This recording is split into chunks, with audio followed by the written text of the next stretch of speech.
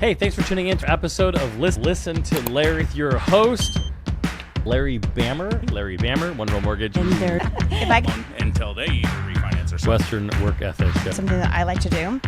You need my help. I'd maybe Happy to be here. like, oh my gosh. Having you. 60-day rent back for free.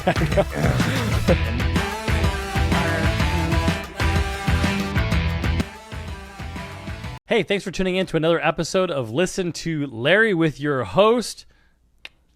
You know who. That's why it's called Listen to Larry. I'm super excited today. This is a guest with a wealth of knowledge. I can't say wealth of experience, but wealth of knowledge. Experience comes with the territory of being decades in this business in Orange County. I'm super excited to get insight from you of what you saw in the market then, now, why you're at Real, and what caught my attention with Valerie is her YouTube channel. So I'm going to make sure I plug her YouTube channel because she has some of the funniest educational videos out there in real estate. So without further ado, Valerie, thank you for joining me today. Thank you for having me. This is exciting. So tell our viewers a little bit about yourself. I was born and raised in the Midwest, and I moved to California when I was barely 21. I needed a job and answered an ad in the paper. That'll age me. For someone who was good with people, and I was probably good with people. So I applied for a job, and it was a job for a new home hostess in a sales office in Irvine. So I went to work for them. The sales manager didn't want to hire me. He didn't think I could do it. I said, I really need this job. Please hire me. And he did, and the rest is history. I don't know where I would be without him. Yeah. Why didn't he think he should hire you? Well, I didn't have any experience in that, and I hadn't had any sales experience at that time, which is really sad because obviously that was my calling. Yeah. I grew up wanting to be a missionary nurse in Africa. So now I help people in real estate instead of in Africa. That is very interesting. Where in the Midwest did you grow up? Northern Indiana, Hoosier? right on Lake Michigan. I'm a Hoosier girl, basketball girl. Well, I didn't play, but Yeah. Why didn't you play? I was never wasn't on your the height. basketball team, no. So 21, you step into real estate, answering an ad in the newspaper.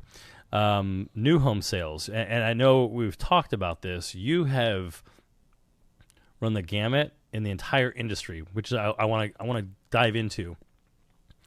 Tell me about when you started out. What were new home sales like? At that time, you didn't have to have a license to be a hostess in a sales office. Now you do, but we didn't. So it was a real advantage to me.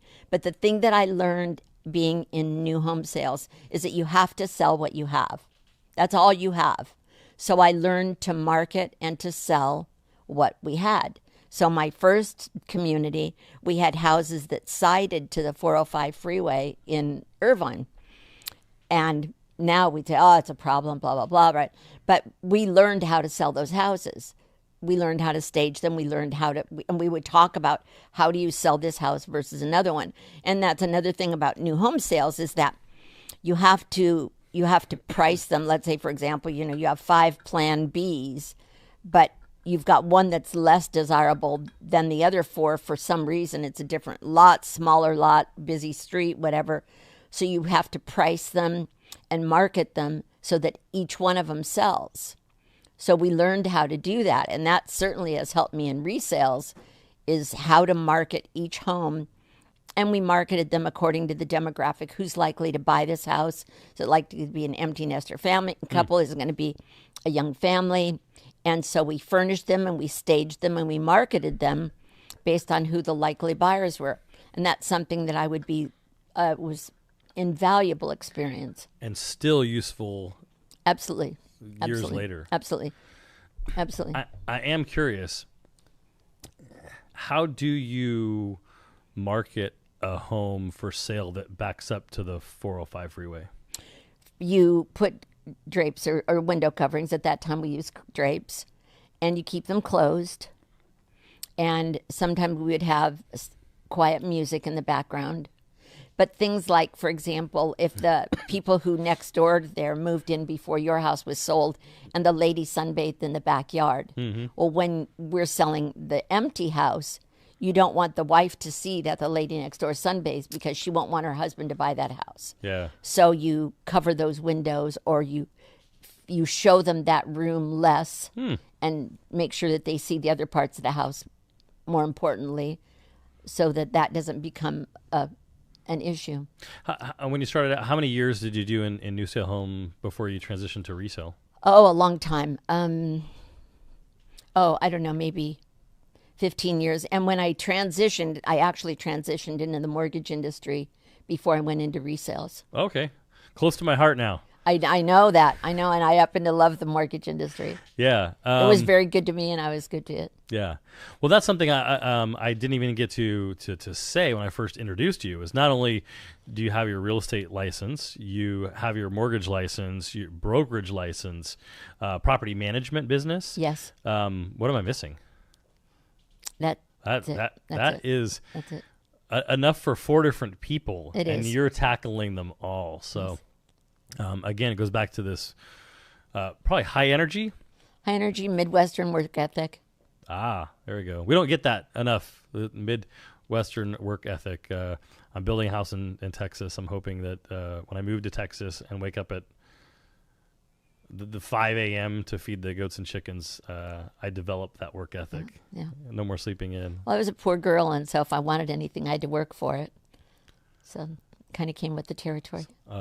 That's a poor girl from Indiana to living in Newport Beach. I'm very fortunate. Yeah. Blessed.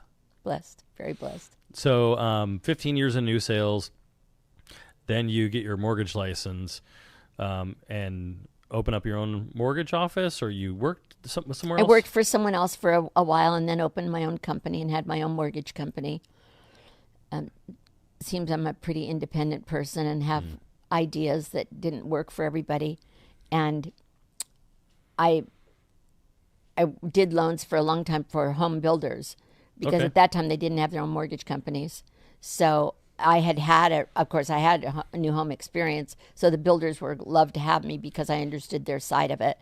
And we closed a lot of transactions. I used to close 3,000 deals a year as working for builders, and doing loans. We closed, hundreds and hundreds of loans a year because you have to do whatever the builders need. So it was a good experience because they've got a month-end goals and year-end goals and quarter-end goals, and you have to always stay on top of it. So it was a great experience. I want to get to that in a little bit with the thought of a home buyer and new homes sales. Whether or not, like, what's the benefit of having you go with them, and kind of touch on that. And, is there negotiations? Because people hear all kinds of things, can you negotiate with a home builder and stuff? So I definitely want to touch on that. But so 15 years in resale, then you go into mortgage lending. How long did you do that for? Oh, probably about another 10 years or so. Lots of experience. And then you layered on property management? I went to resales first. Okay. And I went to resales because I went to a mastermind and heard someone talk about a lead generation program that included an 800 call capture system. Do you know what that is? So people call into an 800 number, and then they put in a 3-digit code that takes them to a property ad or whatever kind of ad you've got. And so I got the idea to use that for real estate. The person I learned it from was using it for something else on the East Coast.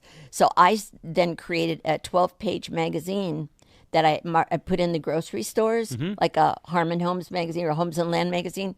And I made a 12-page magazine and advertised other people's properties for free. They didn't know it any. And then I started getting these thousands of phone calls. Yeah. And I did it so that I would pre-qualify them, and then I would turn those leads over to realtors, and those realtors would become my clients. But I had no idea that realtors, first of all, didn't have systems at that time to manage those kind of leads. And the first month I got 2,500 phone calls that I turned over to real estate agents, and they had That no did idea, nothing with Yeah. them.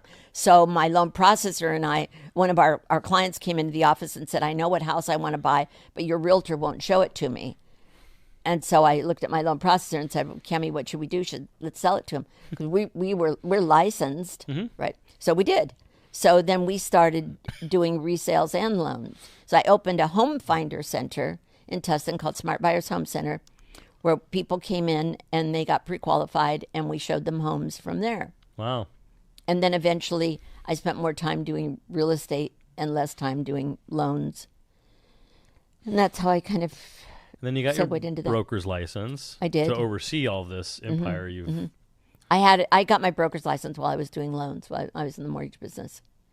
Did you have agents underneath you and have to A few. deal with... A few, but not. That wasn't the point to build a team.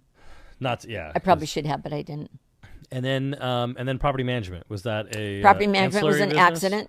accident. One of my clients, I sold a condominium in San Clemente to a gentleman, and he asked me if I would manage it.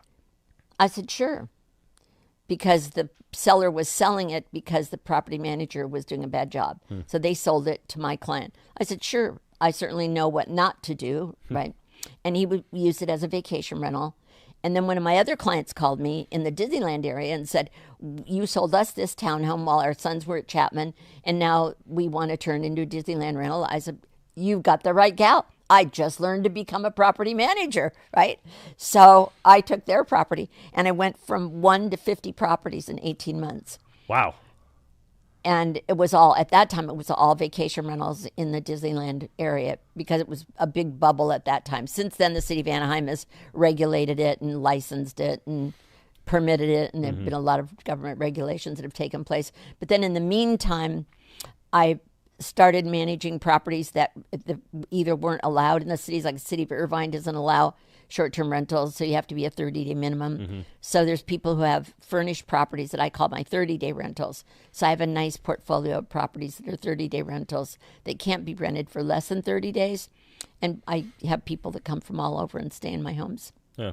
How many homes do you have now that you oversee? I have about 30 houses, and about more than half of them are 30-day rentals. The other half are vacation rentals.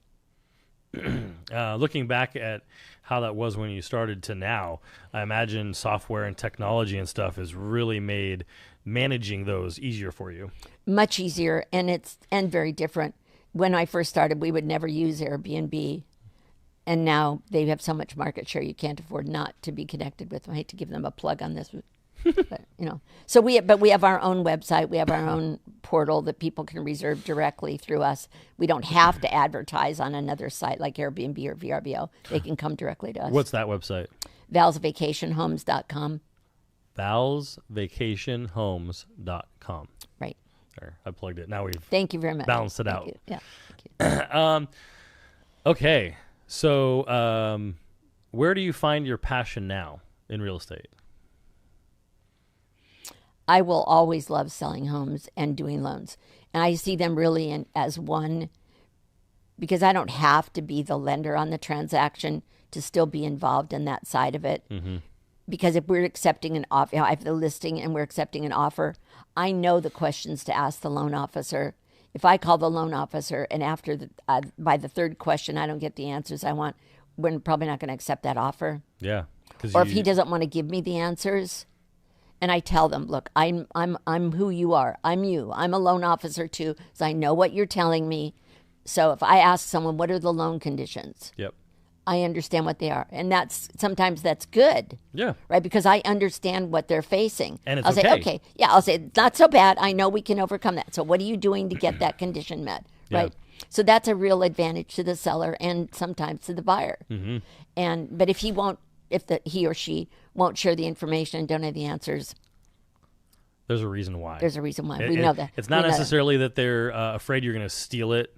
No. It's that there's a bomb waiting to explode that Right. they maybe Right. hope Or they underwriters- changed lenders and they didn't tell us. And Yeah. Or they wrote the offer as a 90% loan and it's really a 95% loan and they don't want us to figure it out. And look, I mean, I've been there, so they're not the only person that ever thought of that.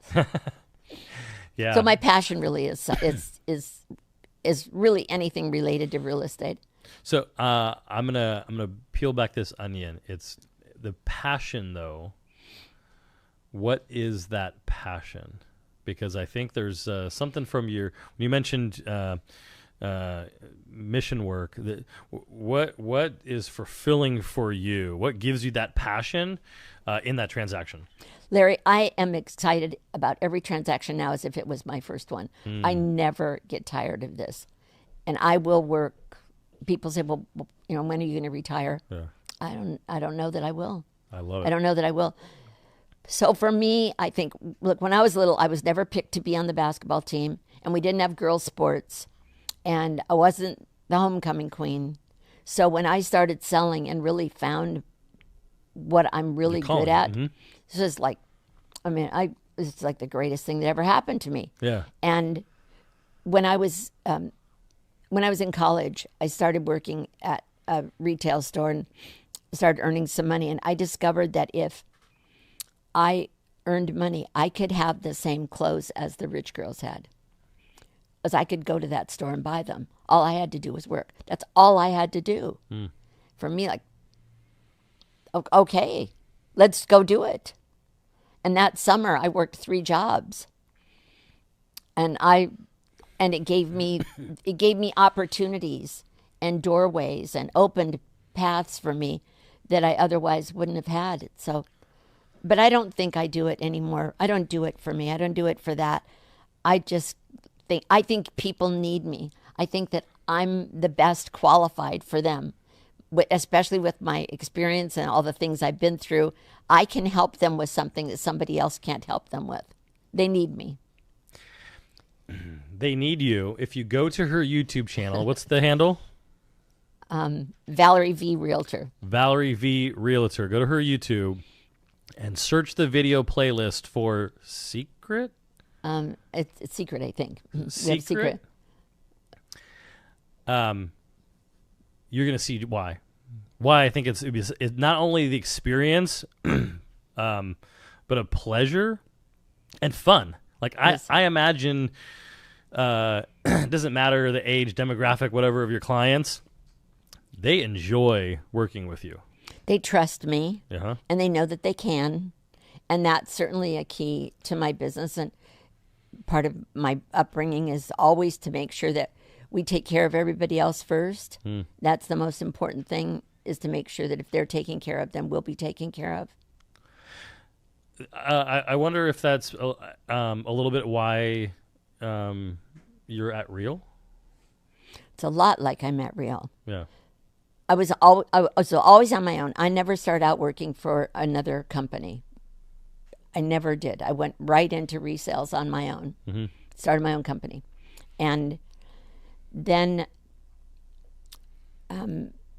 after many years on my own, and one of the reasons why I didn't work for other people is it was hard for me to work for other people. They didn't really want me. I had other companies. I had property management, and I had my mortgage company and so forth. And it didn't fit with their model.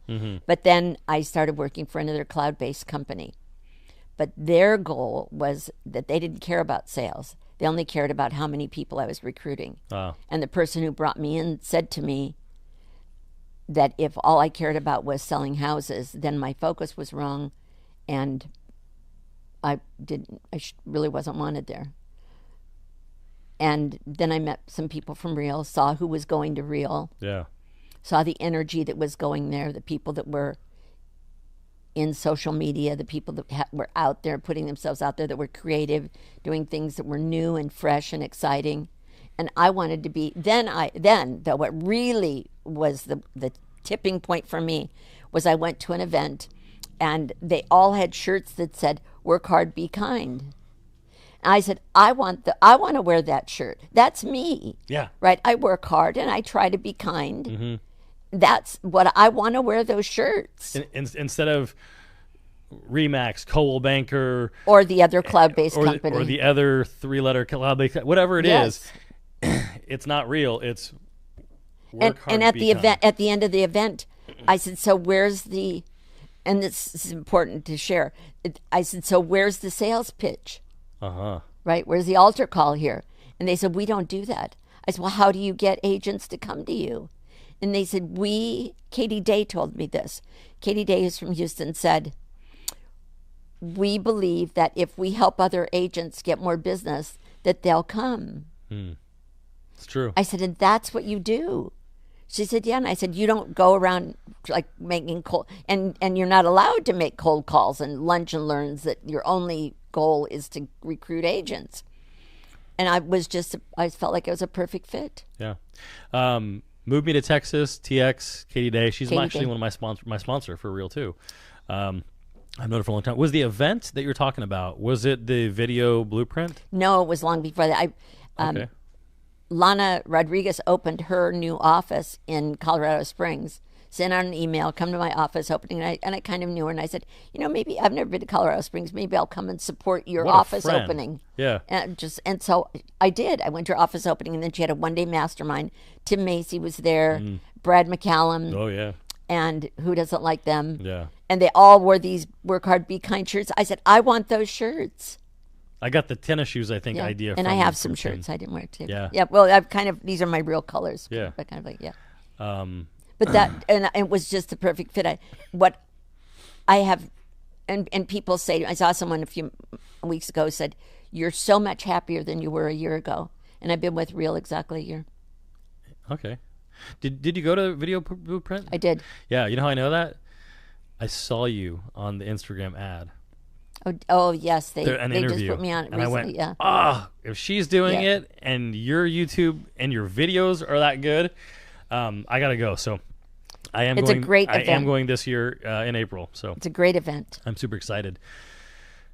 You have a lot of experience that we're uncovering. For that new agent out there that just passed their test and is starting, what's one piece of advice you have for that realtor? Make a list of everybody you know and stay in touch with them, and don't stop. If I had stayed in touch with everyone I sold a new home to, I would be maybe still working. You need my help. I'd maybe still working, but still. That's the one thing I think that many, many, many of us really make a big mistake, is we don't stay in touch with people. And you'll hear this again, but we don't talk people into, we do everything we can. We market ourselves to people so they'll choose us for the transaction. When the transaction is over, then we think, I don't want to bother them by calling them all the time. You became their friend. Yeah. Right? So stay in touch with them, and stay in touch with people you meet everywhere. Leave your cards at the gas station. We did something different this year. We gave out cookies to people who nobody gives anything to. The guy at the Subway shop, the people at the sandwich shop that I go to. We bought cans of cookies at Costco and gave them to people. So the one piece of advice, and the hardest part about real estate, is getting your clients. So talk to people, let them know what you're doing, put it on social media, don't be shy, and find something that you can do on social media that sets you aside. If you're a nurse, talk about, I took care of you as a nurse, now I'm going to take care of your real estate transaction. If you're a pilot, you trust me to get you through the turbulence, trust me to get you through your real estate transaction. So find something that sets you a little bit aside from everybody else. Make that your pillar to start with.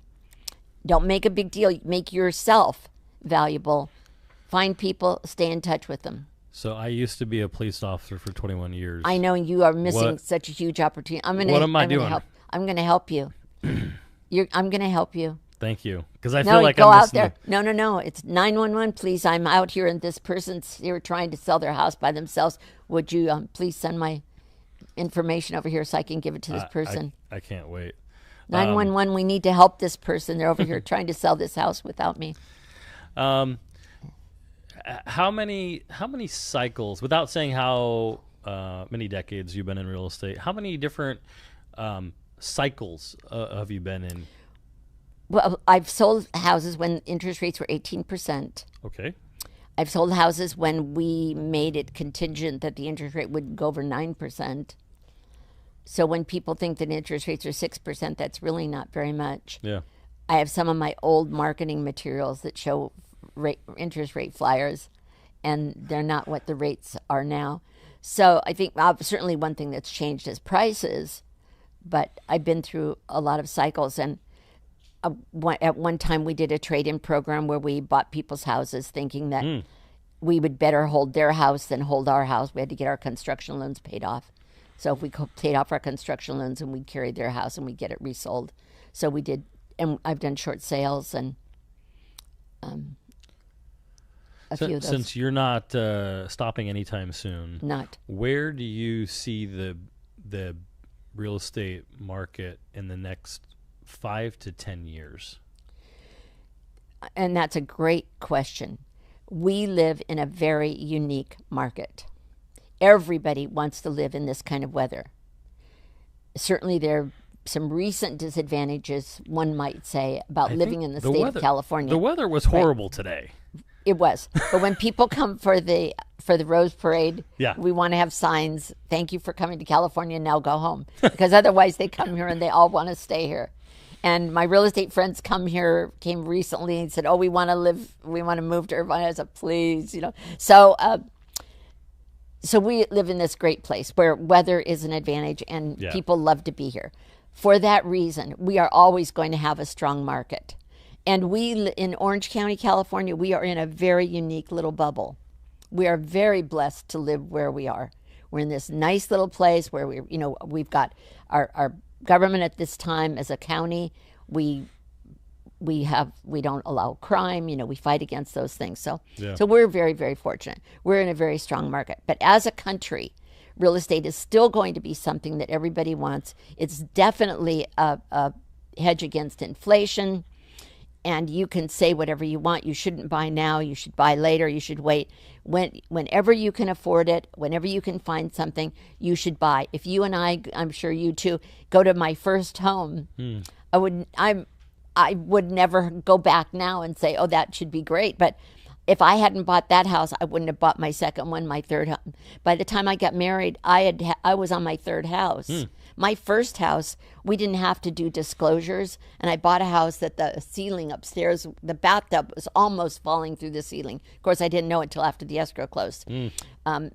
So you always should be buying something, get into it, but don't look at your first home as being your forever home. Because it's probably not going to be. Just like today's interest rates, you may buy a home at today's rates, and you may stay in that house for 30 years, but you're probably not going to keep that loan for 30 years. You're going to refinance for some reason. You're going to take cash out. You're going to lower the interest rate. You're going to buy an investment property. You're going to put your kids through college. You're going to do something else with it.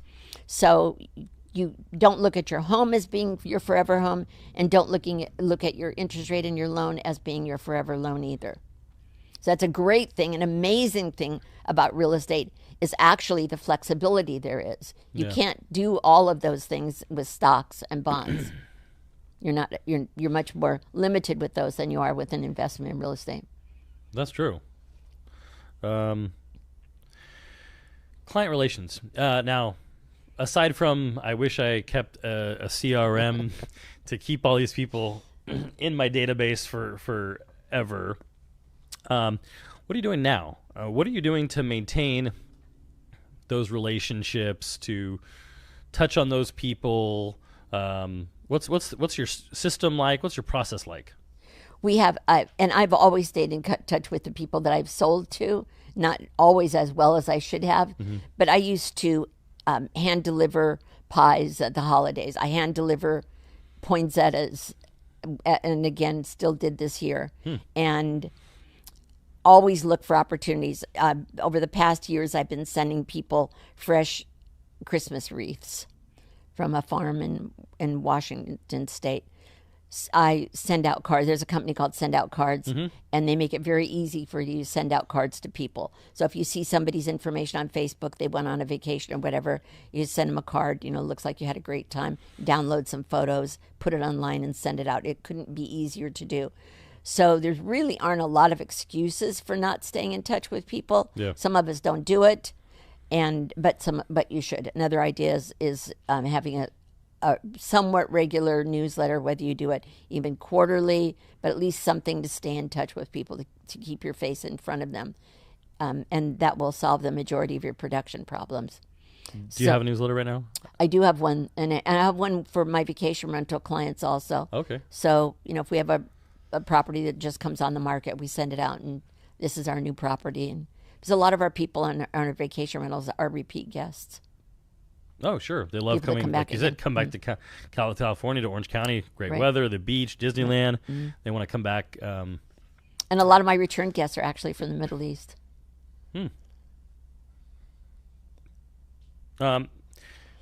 We've talked about a lot of different markets that you've been in, short sales and interest rates at 18%. Now I'm thrilled to be where we're at right now. Then when we were at 8 a short time ago.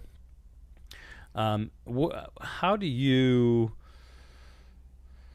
get that client through they call it volatility now, which it sounds like volatility would have been when rates were 18% or short sales. But how are you dealing with the today's market with your clients?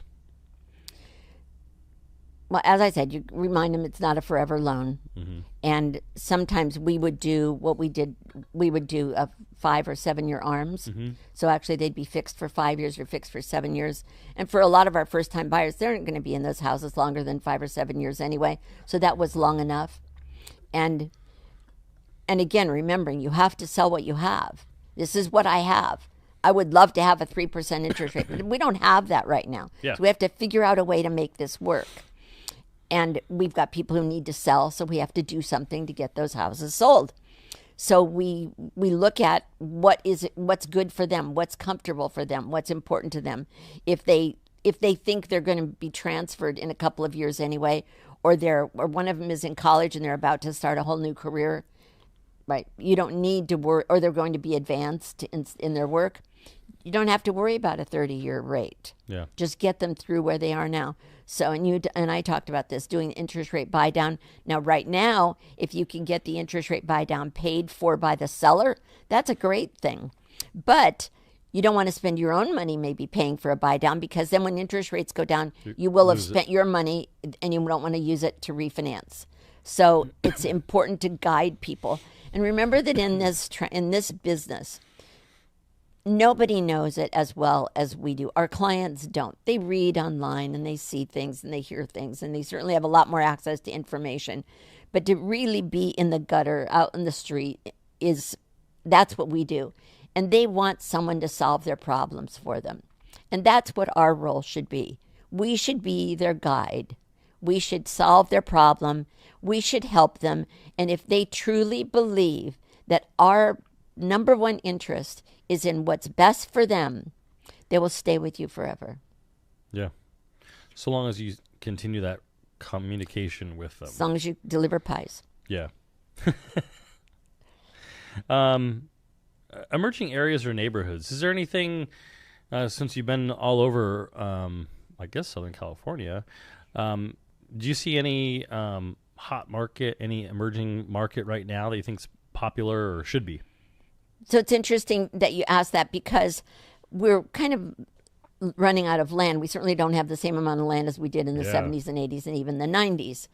So a lot of the land, a lot of the new communities are being built, like in Irvine, where Irvine continues to build back towards the mountains, and that, the history and the story of the city of Irvine and the Irvine villages is also very interesting. But so the other thing you'll see now, for example, there was a flux of time in the 90s when there were a lot of schools closing.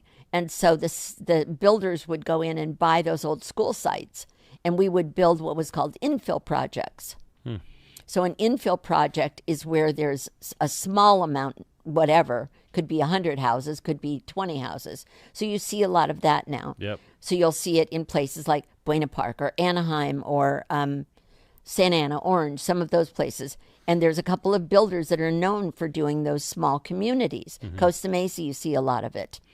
So the emerging markets are where you'll see some new homes. But a couple of things about emerging markets that you want to look at is, first of all, what's the opportunity for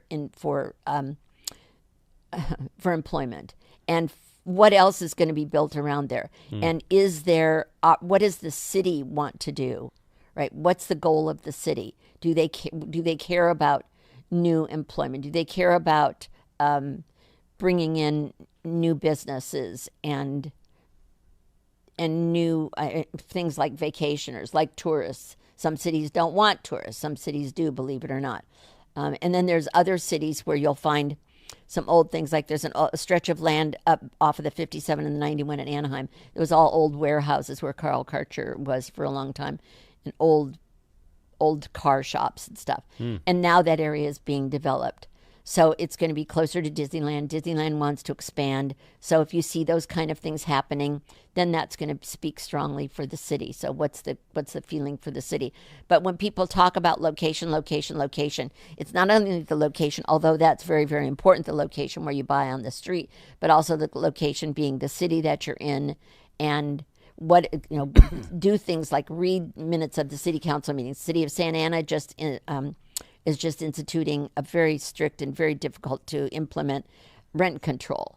So maybe you say, well, I'm never going to be a renter, but they're actually going to require regular citizens, regular residents to turn in their tax returns to prove that they're not renting. So is that where you want to be? So when you talk about location, it's not only just the place on the street, but it's the city and what's the philosophy of the people that you're going to be surrounded with. Yeah, that's a great big picture to think about that most people don't. You live over here in Newport. I'm curious what you think about emerging markets and kind of the revitalization, what they're doing with Dana Point Harbor. Do you think that will have a positive impact on business and housing around there when the harbor's finally finished? Oh, I do.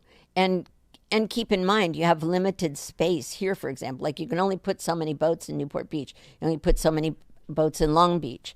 And as people want to come here, you're going to need more room for those kind of things. I think Dana Point Harbor is going to be great. San Clemente doesn't have a harbor, right? So you really don't have a lot of other space to go. And really, Huntington Harbor isn't a public place. Yeah. So if you want to add boats and have that kind of tourism and that Newport kind of businesses. Newport and Dana Point's probably it. Yeah. That's it. We have great beaches in Orange County, but we don't have that much for boats. Yeah. I'm curious what you'll come up with this question, because you have so many transactions.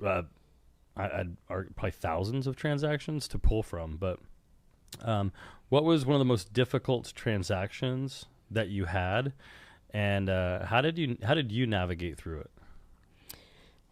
Well, certainly I've had a few difficult transactions, and some were pretty crazy. And I have had thousands of them, and that's just a blessing because I've had the opportunities to learn.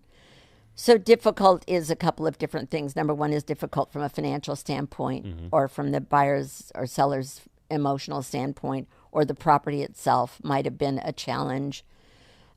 So one that comes to mind that we did recently was a couple that had no income, almost no income, just their Social Security income. And they couldn't afford to make a house payment anymore. They had a house, but they couldn't afford to keep it anymore.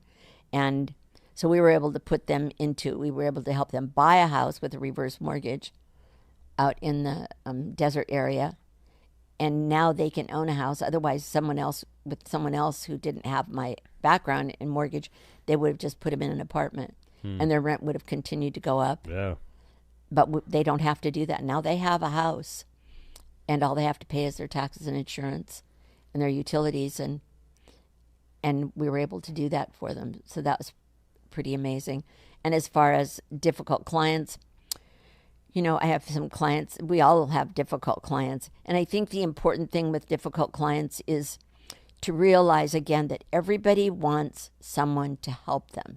Who's going to help me? They don't really want to be crabby people, right? They don't really want to be. They maybe want you to think they are. Yeah. But ultimately, then at the end of being difficult and crabby and challenging and maybe even yelling at you, they'll say, I really trust you. And you may think, well, that's a strange way to show me.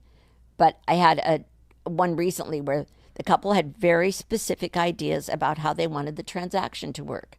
And it was going to be that way or not at all. And for me to try to talk them out of it just wasn't going to happen. No. But fortunately, I worked with an agent on the other end who's also very professional, And I went to my client's house, and this I thought was this is brilliant, by the way, absolutely. And I sat down with him. I said, I'm coming to talk to you. I'll be there in 20 minutes. Yeah. Drove up the freeway, walked in their house, and they're sitting there. They're all ready for me, and they're argument ready. Oh, absolutely. Their fists are tight, and they're next to each other, and I'm sitting on the other side of the room. I said, first of all, I am not here to talk you into anything. That just lowered the room. Absolutely. I said, I'm not here to talk you into this. And they relaxed, and they snuggled up next to each other, and they looked at me nice. Now, here, we're going to talk about the 3 things that are the issues. Then we're going to talk about the options. And then I'm going to talk to the other agent, and we're going to fix this. But I'm not here to tell you that you are the one that has to give. And it was perfect. And we could work it out. So keep in mind when you're dealing with difficult situations that everybody has to give a little bit. And sometimes I'll say to my clients, this only works when everybody gives a little bit. Yeah. Nobody wants to be the loser, and nobody wants to lose face. Everybody wants to save face somehow. So if giving up $1,000 is going to make this deal work, let's do it. Okay, it's not a crisis. Yeah. Sometimes I'll have to give, but generally everybody will give. I had a client that was very difficult, and we were $10,000 apart on a $3.5 million house. And he said, I'm paying too much. I said, you're $10,000 is a $3 million house. Yeah. Okay, maybe you're right. He closed on it. They've spent another $1 million improving it, and no, he'll never bring that up again. No.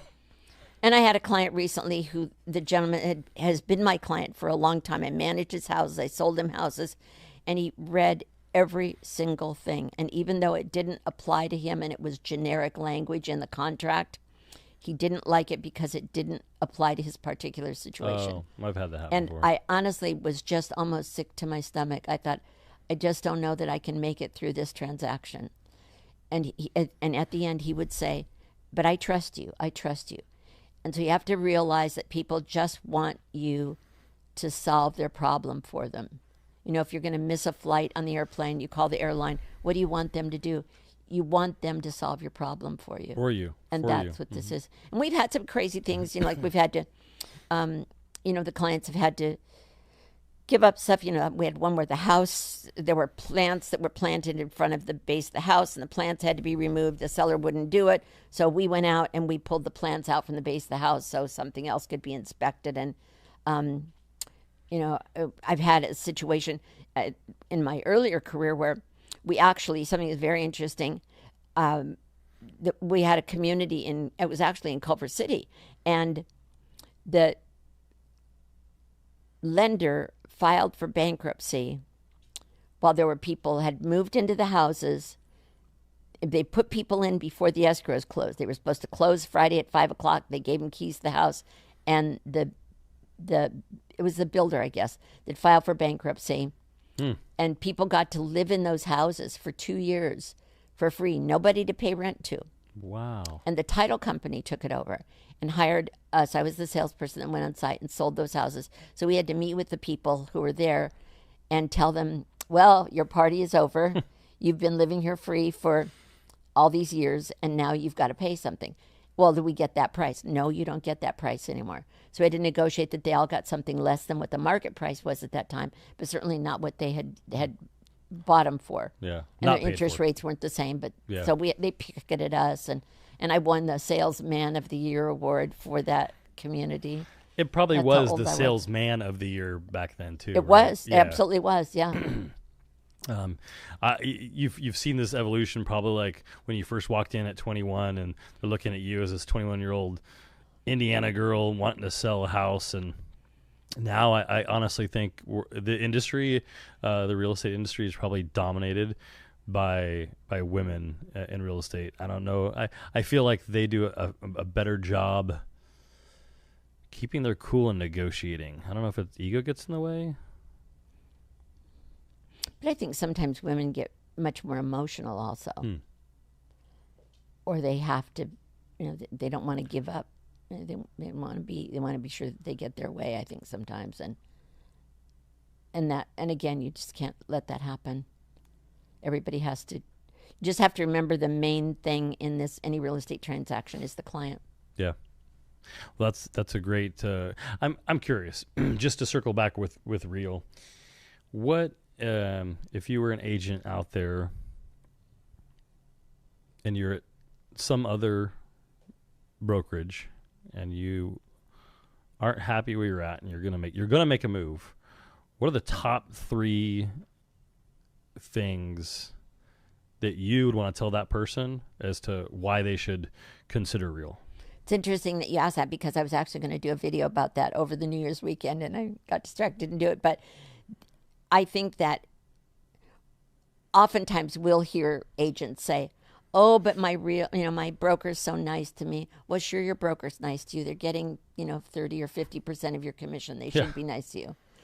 But the one of the many elements that I don't think you can take away from Real, and you have to just give them credit for, and I know because I was within their cloud-based company where you only got things from the people who you were in that group. If you weren't in their group, you didn't get to go on their mastermind calls. So the thing about Real is that everybody shares with everybody. And at our annual convention, our founder stood up and said, after the rah-rah, after all this, at the end, if you were there, he said, "Now, if you see anybody here who seems to be having a hard time, you let us know. We want everybody here to be happy, to be doing well. If someone's not doing well and you see it, let us help them." Yeah. And he didn't have to do that. Yeah. Because when you have the kind of splits that we do and the structure that we have, there certainly is only so many ways for them to split up the pie. They can only give us so much back, right? Right, with our splits. Yeah. And the fact that we cap so early, especially in here, you and I could cap on 2 or 3 transactions. Yep. We could cap on 1 transaction. And then the company's money has stopped. Yep. Right? We don't have monthly fees. So when you also can work for a company that, in spite of all that, they still are nice and they care about you, that's a pretty incredible thing. So I would say, first of all, find out who's going to share with you. And you may say, "Oh, well, this company has a formal training program." That's true, but we have dozens of calls every week that no matter what your interest is, you can be on that call and learn from people all over the country or all over the world. Yeah. And everybody's willing to share. And we think it's fun to share, right? Everybody enjoys it. Mm-hmm. So that's one thing. You can learn from everybody. If you want to learn on video, you want to be a team, you want to do commercial, whatever you want to do, you want to be in the mortgage side of things. And that's something that I think is pretty incredible. So first of all, you should look at that. And honestly, I would say certainly the splits are important because money's important to all of us. We all work for whatever we can. We're all working. I happen to enjoy it, but I also happen to need it. Yeah. So we all work because we need it. And the splits are important. And then third, I would say, is the things that you can build at Real, such as your retirement. And if you can, even if you don't recruit other agents, you say, "I don't want to be a recruiter." You don't have to be a recruiter. Just buy the stock. And some point in time, I still get checks from another company that I was at because I bought stock when I was there. Yep. They're not big ones, but I get some, and other people do. So when you leave Real, if anything happens to you or you leave them, you still have that stock which you bought. What other company can you go to where you actually can own stock in the company? And if that stock goes up, you get some. I mean, if it doesn't go up, well, you didn't have it to start with. Yeah. But I think the number one thing for people to realize is the sharing, the camaraderie, how everyone gives to each other. And I don't see that going away. I don't know. I don't think no matter how big we get, that will ever go away because that we say the culture counts. Absolutely, the culture matters. I know because I've been in other places. I've been on my own, and I've been with another company. Yeah. Awesome. Wow. Thank I hope you that for helps. Yes. It helps me know that I'm where I need to be at, or as Sharon say at Rise, be where your feet are. Be where your feet are. That certainly is a strong statement. And I think that some people feel that they're going to be lonely if they don't have an office. Mm-hmm. But you really don't go to the office. And some of us have offices. I have an office. If anybody in Orange County wants to come to my office, come. It's open anytime. I have a green screen. You can come and do your videos in my office. I have lights, and I'll be glad to help you. And we have a coffee pot, by the way, and cookies. So some of us have offices, some of us don't. If you feel you need an office, there's probably someone who will share with you. And ultimately, if you learn from home and you need help from anybody, we're all here to help each other. If my 1-year-old dog continues to bark the way he has been, I'm going to take you up on that coffee and cookies. That's for sure. Thank you for coming today and joining me. It's You're been welcome. really a pleasure. Oh, thank you. How can people get a hold of you? My phone is, and to text or call is 714-334-9156. And I'll tell you again, 714-334-9156. And my email is very simple. It's Valerie@ValerieV.com. My last name starts with V for Van de Zilver. So it's Valerie@ValerieV.com. And there you have it. A whole lot of experience, but my biggest takeaway is the biggest heart. Oh, that's nice. Thank you. Yeah, you're welcome. Thanks for watching and tuning in. And until next time, work hard and be kind. Absolutely. Thank you. If you're looking to buy or sell real estate, this is the podcast that you want to listen to. My name is Larry Bammer with One Real Mortgage, and I have great professionals here to interview to educate you on what's going on in the market.